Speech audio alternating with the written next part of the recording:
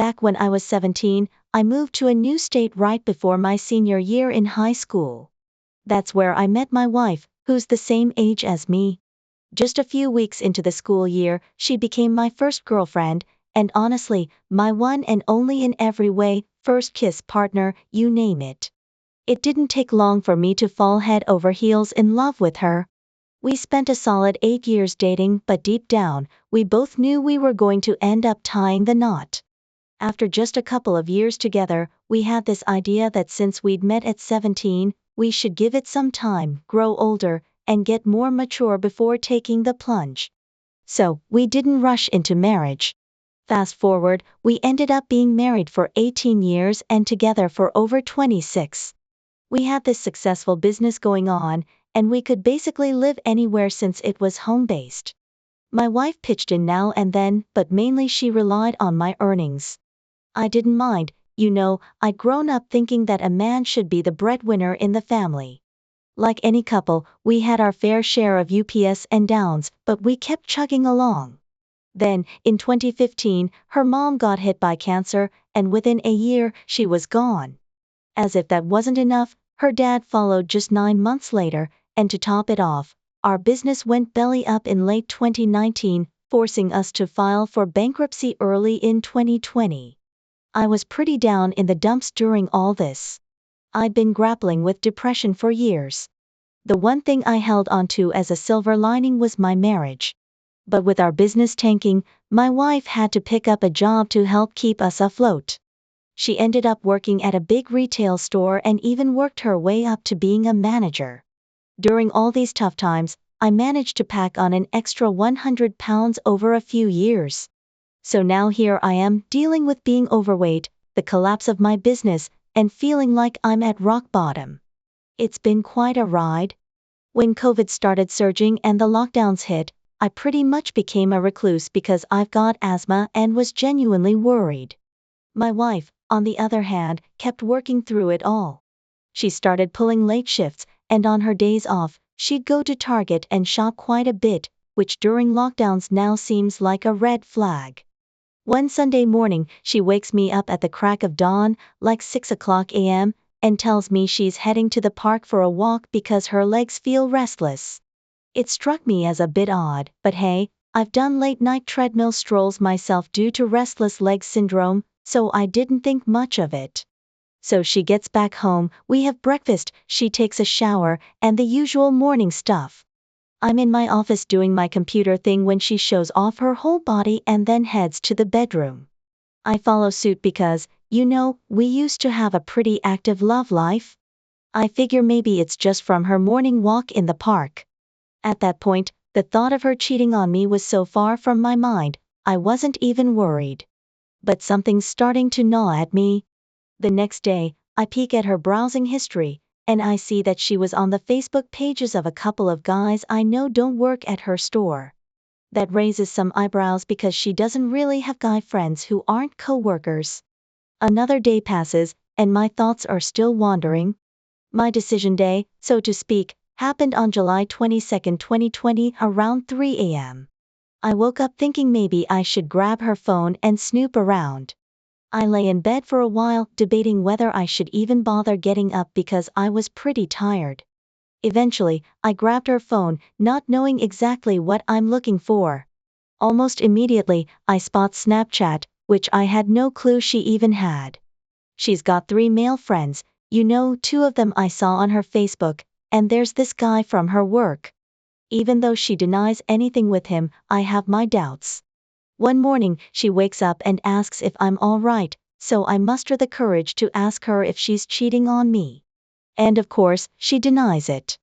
We talk for a few hours, and then I figure out I can download her Snapchat history. I lock myself in a bedroom and go for it. She pleads with me not to, admitting that she cheated on me. Boom! My whole world crumbles, and the pain is something only those who've been betrayed can truly understand. I feel like she abandoned me at my lowest point when I needed her the most. She denies it, but the facts are clear. She throws in my face that she's the one supporting us now, conveniently forgetting the first 16 years of our marriage when she didn't have to work and could shop all the time. Oh yeah, and now she claims she's not materialistic. It's news to me considering how much she loves to shop. You know the saying, they cheat down. Well, these guys she was involved with are both broke losers. One even borrowed money from my wife. I'll get back to that later. And the other lives in a shabby trailer owned by a relative because his credit is so terrible he can't rent on his own. Plus, he's got over 10 driving under the influence. I messaged both of these guys on Facebook, calling them pieces of crap and spilling the beans about each other. Funny how they got upset she was cheating on me with more than just them. One never replied, while the one who stole the money now wants to fight me. Later on, I find out he's completely obsessed with fighting me and keeps telling my wife he wants to brawl. Slowly but surely, she starts admitting to things, but it's like pulling teeth. I asked about protection, and she nonchalantly says, of course, that's what people do nowadays. She makes it sound like it wasn't a big deal, nothing special, just contact, but nothing like what we had. I found out I asked her to message each guy saying it's over. My husband knows. It took her a grueling 7 hours to send those messages, and I was practically begging her to do it. Later, I asked her 8 questions about what they did, and she only admitted to 2 of them. We both went and got tested for sexually transmitted diseases, luckily coming out clean. I remember a few weeks before I found out, she wanted me to please her, and I noticed something down there. I made a face, and she freaked out, running to the bathroom, claiming it was just a discharge or something. I'm not freaking out or anything, but I've got to admit I'm seriously grossed out.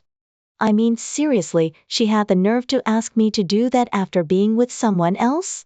Now, I'm thinking she's done this twice, and since I used to do this to her quite a bit, chances are I did it after she had been with someone else too.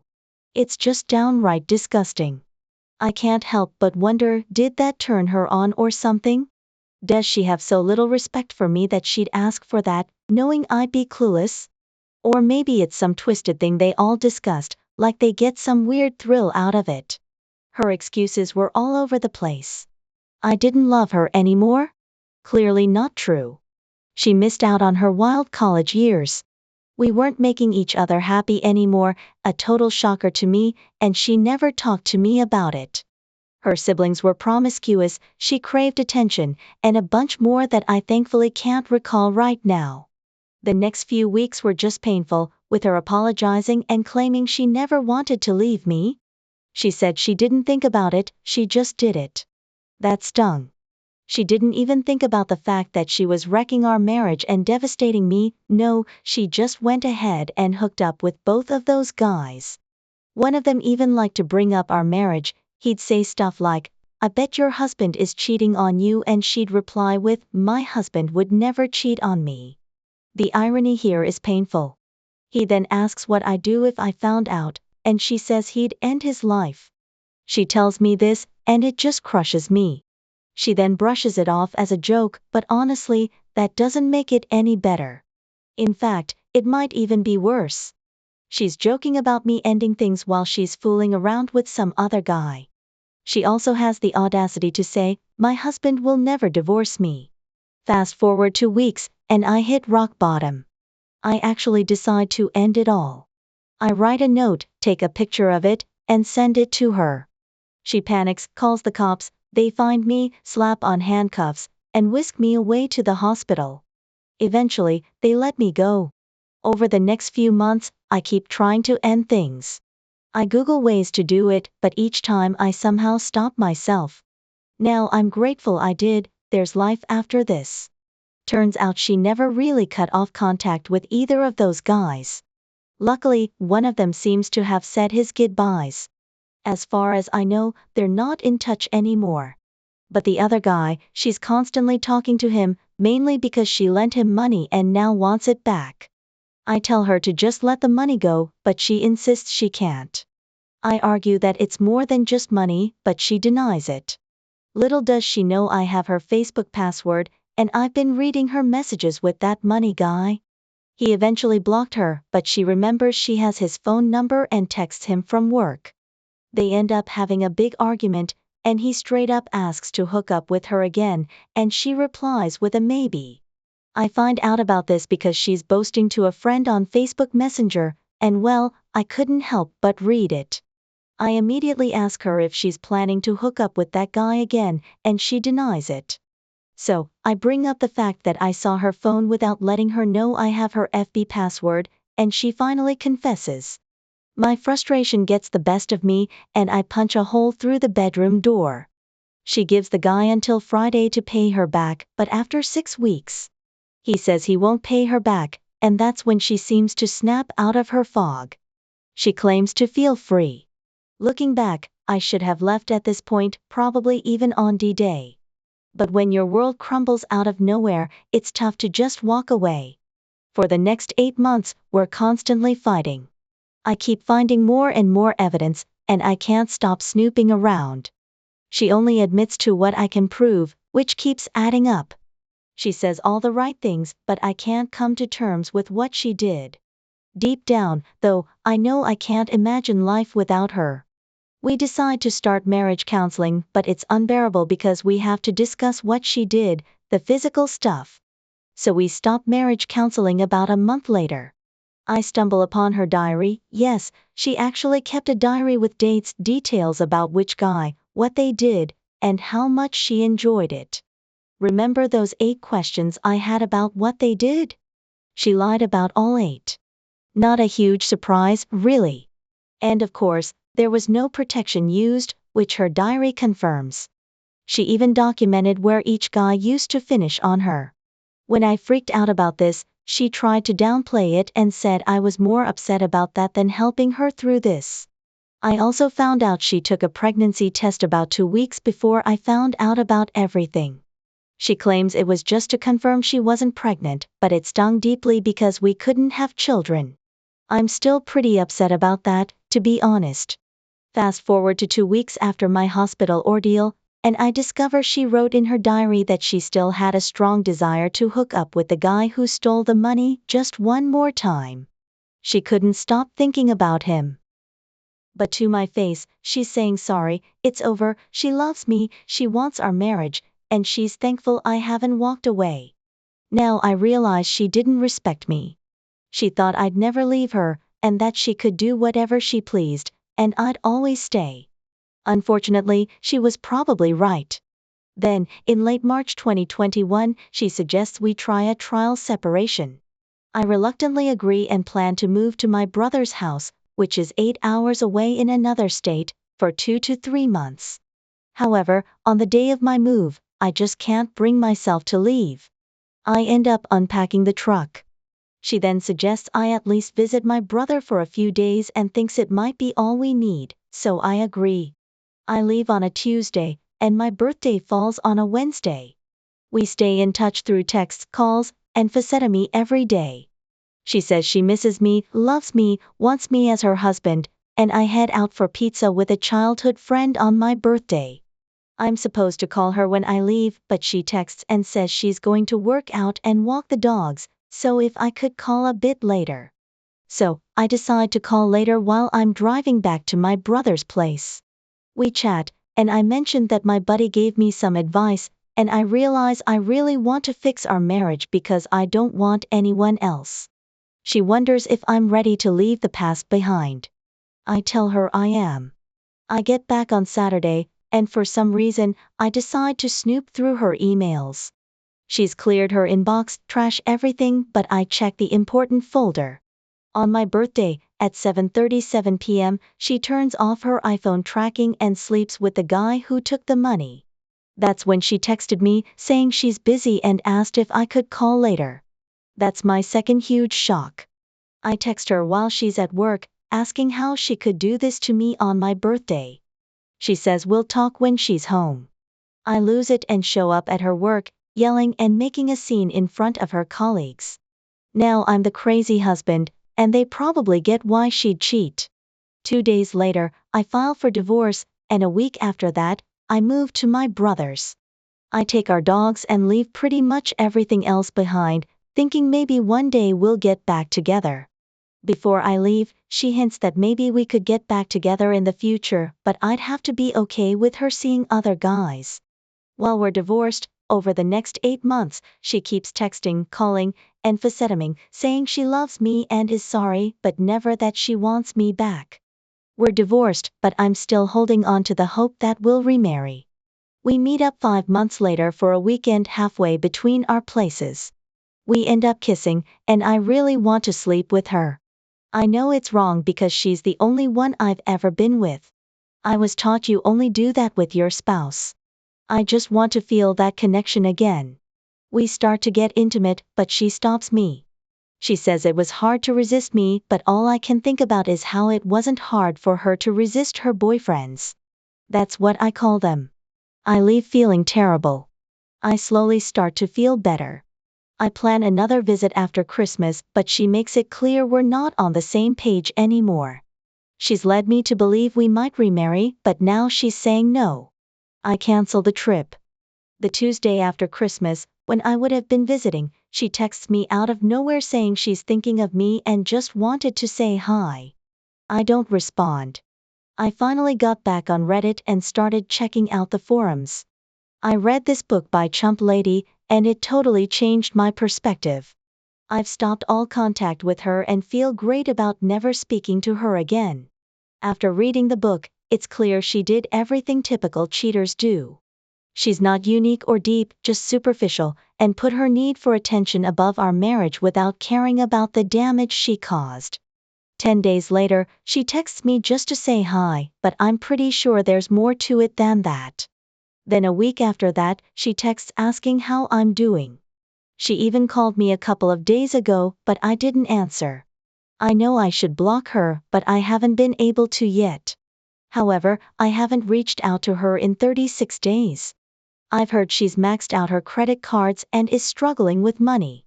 Meanwhile, I'm working a job I enjoy and have even started a new business.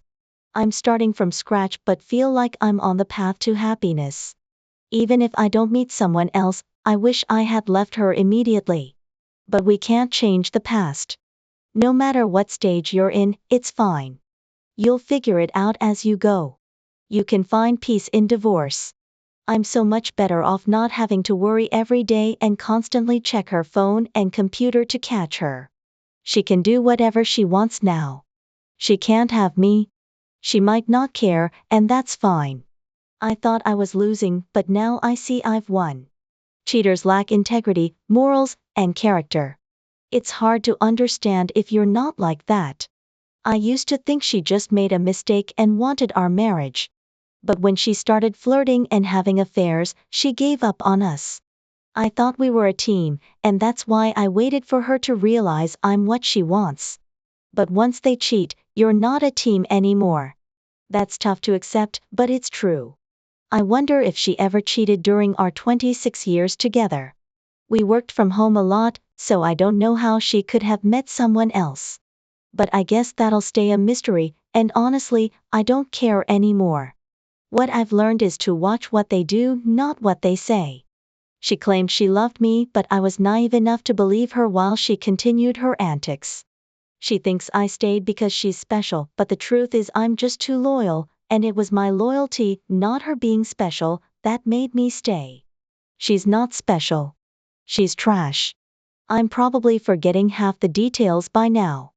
I stumbled upon my future wife, Amber, totally by accident. I was hanging out at a college buddy's place to work on a project. While I was there, this girl around our age, his neighbor, popped over to get some cooking lessons from his mom on a fancy recipe. After my friend and I wrapped up our project, the ladies finished cooking, and we all shared a nice meal. That's how I met Amber. I was 20, and she was 21. We dated for a year and got hitched right after college, moving into my late grandma's apartment that my parents gave us as a wedding gift. Times were tough at first. We were both job hunting with barely any cash, but we made it work.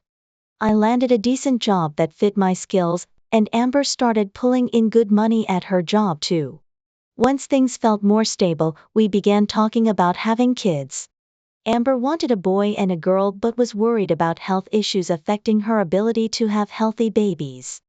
So, we went all in on prepping for pregnancy, attending courses, visiting doctors, and getting regular tests. But just when the doc gave us the green light, Amber did a 180 on having kids. She said we were too young and had plenty of time, suggesting we should focus on upgrading our living situation first, like getting a bigger place with enough room for everyone. I was on board with the idea, just a bit thrown off by her sudden change of heart. Then some odd stuff started happening that got me suspicious. Amber was glued to social media, but only on her work laptop, which she suddenly password protected along with her phone, even though I never touched them. We began having communication issues, and secrets popped up. It didn't mess with our day-to-day life much, but it really hit our sex life.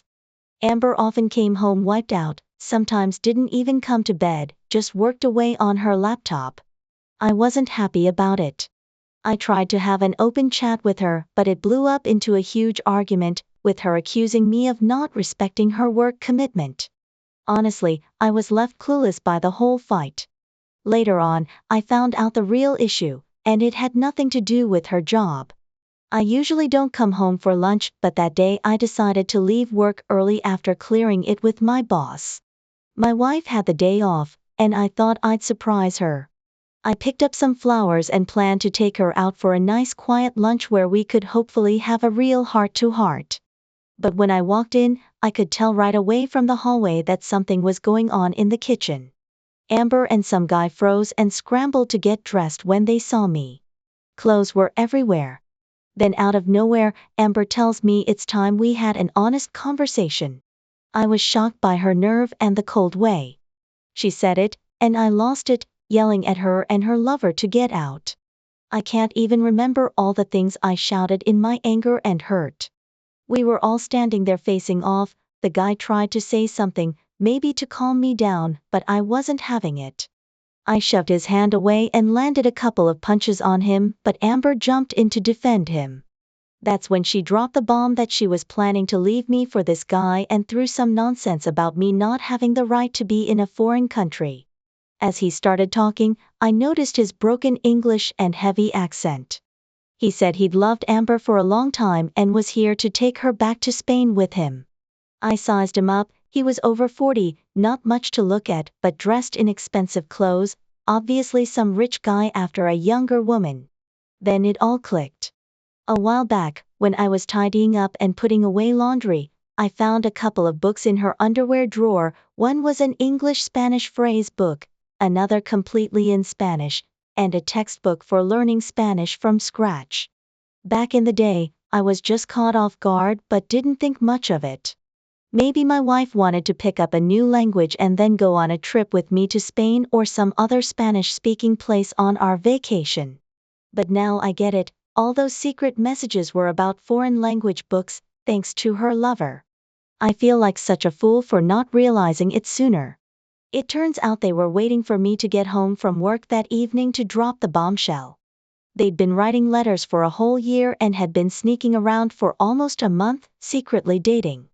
My wife told me she loved this guy a lot, that she met him online, and they fell in love. He seemed like a great guy, way better than me in every way, polite, kind, and chivalrous. She planned to go to Spain with him and live in the city of Malaga. She mentioned that all the divorce papers were ready, and I could sign them right then. She'd already signed hers. She packed up what she needed for the short term, and I could toss out the rest because her lover promised to buy her new stuff.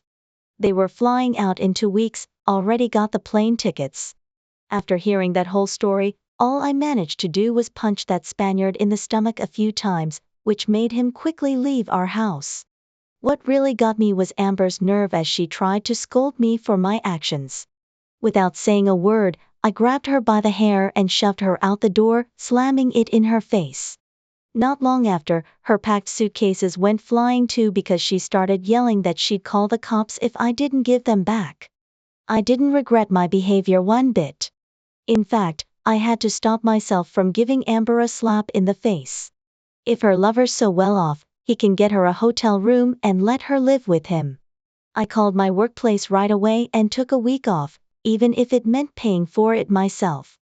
To be honest, when I told my boss about my divorce from my wife, he totally got it. After that, I headed to the store and used the money I had set aside for our dinner date to buy a bunch of booze and food instead. I ended up drinking for 3 days straight. The rest of the time, I just lounged around at home, doing absolutely nothing. I mean, how could I focus on anything else with all that stuff going on in my head? By the end of my time off, I finally came to terms with the fact that my marriage was over, even though it hurt like hell. I figured it was still better than living through a never-ending nightmare. I never saw her deceit and betrayal coming. You'd think my story would have ended there, right? But life isn't always as straightforward as we want it to be. 3 weeks had gone by since I kicked my wife and her lover out, and I was just getting home from work, looking forward to dinner and some TV time with a cold beer. That's when the doorbell rang, and guess who was standing there? Yep, my wife. She wasted no time and said we needed to have a serious talk. I invited her in, saying, "Sure, let's talk if we have to," with a smirk. Turns out this Spaniard had more than just my wife on his radar in America. Apart from her, he had 7 other women, but he ended up choosing someone else, not my wife at all. He flew off to Spain with a 19-year-old girl, leaving Amber high and dry, taking all her money and expensive jewelry with him. So, my wife spent a whole week living with her mom and thinking about everything. She realized how much she had lost by leaving me and that she couldn't live without me. With fake tears in her eyes, she confessed she had made a massive mistake, that she actually loved only me, deeply regretted her actions, and asked for forgiveness. She knew it wouldn't come easy, but she was ready to work on herself and make things right. She even wanted to have kids with me and agreed to all the conditions I laid out.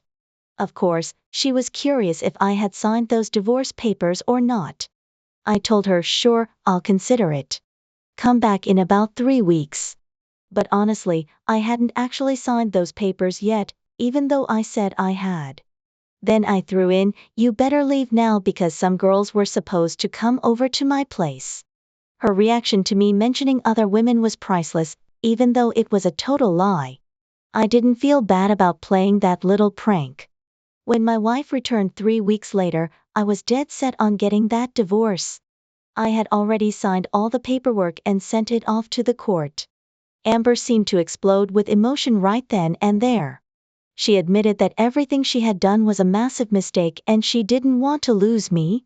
She hugged me and cried for real this time, no more fake tears. I felt some sympathy for her, but the trust and love were long gone. I couldn't forgive the betrayal and deceit I had gone through, and I doubted I ever would. After the divorce, I felt a wave of relief and newfound freedom. It turned out that I still owned my grandmother's apartment, so I had a comfortable place to stay and enjoy some solitude for a while. Amber kept hanging around, begging for forgiveness and maybe hoping I'd give our relationship another shot, but it wasn't happening. She eventually moved back in with her parents, and that's where our communication completely ended. I haven't really thought about how she's doing now. I'm still young, so I can focus on myself and live life my way. Story 3, we've been together for 15 years, married for 7. Just this past Sunday, I found out she's been cheating on me with some guy she met less than 5 months ago, even as recently as tonight. I've been gathering all the crucial documents and financial info. I opened a new bank account just for me and transferred a good amount of cash into it, just to make sure she doesn't take off with everything we have. I had a long talk with my dad, who went through a similar ordeal back in the day, and he gave me some solid advice and perspective. I'm planning to file for divorce myself, and I'm pretty sure she won't fight it once she realizes how much it would cost her to argue or try to mediate. I picked Friday to break the news because it's a long weekend. That'll give her some time to pack up her essentials and leave while I crash somewhere else. I've been mulling over what to say to her. Part of me wants to lash out, say every harsh thing I've been thinking, and just let her have it. But then I remember what my dad said about being the bigger person. He suggested I let her speak her piece, really listen, and handle the whole thing calmly like 2 adults. No anger, no spite, and nothing I might regret later. I'm really torn. Part of me craves the immediate satisfaction of unleashing all my anger on her for betraying me. I feel like it might help me move on, but then there's this voice inside telling me my dad's right. This might be our last real conversation, leaving her with the image of me as the better person, the one she's losing who listened and didn't judge, might say more than any in I could throw at her. But then again, if she truly doesn't care, it might not make any difference at all. When the day came to confront her, I took some advice I found online and decided to be straightforward, not cruel, not sympathetic, just direct. I wasn't in the right headspace for a conversation, so I wrote her a letter instead. I know about your affair. Our marriage is over. My mind's made up. Don't try to reach out. I'll contact you when I'm ready. I expect you to be gone when I get back. I realized that my initial urge to be mean or understanding was just about getting a reaction from her. But I now see that whatever her reaction would have been, it wouldn't have changed what I needed to do. So, I left the letter and took off for the weekend. When I got back, she was still there. I told her I wasn't ready to talk, and after a lot of tears, she left to stay with a friend. Since then, I've been busy setting up my new life. I landed a new job starting in March, and I'm on the hunt for a new place to live. I've separated a significant portion of our finances to protect myself in case she tries to take off with it. I've filled out the divorce papers, they just need to be stamped and served. Last Friday, I sat down with her to discuss the nitty-gritty of our split. Despite everything, I still care about her, and I know the divorce is going to hit her hard. She depends on me for pretty much everything: health insurance, rent, she doesn't even drive. The talk really shattered her. I kept my emotions in check, just like I've been doing all this time. I told her I'd reach out when I was ready to talk again. Then, out of the blue, yesterday, she showed up wanting to talk, trying to convince me to reconsider. I finally got through to her when I explained that I needed time to heal on my own, and she couldn't be part of that. She understood that if this was what I needed to find happiness, she'd step back. For the first time, we really talked it out. She owned up to everything, never once trying to pin any blame on me. I wasn't ready to dive into the specifics of her affair, and she respected that. But she answered all my questions with honesty. We talked like we used to as a couple, open and honest. I believe she was being truthful because I know her so well. That's what makes this so tough. It wasn't some stranger I was talking to, it was her, the person. I've known her inside and out for 15 years.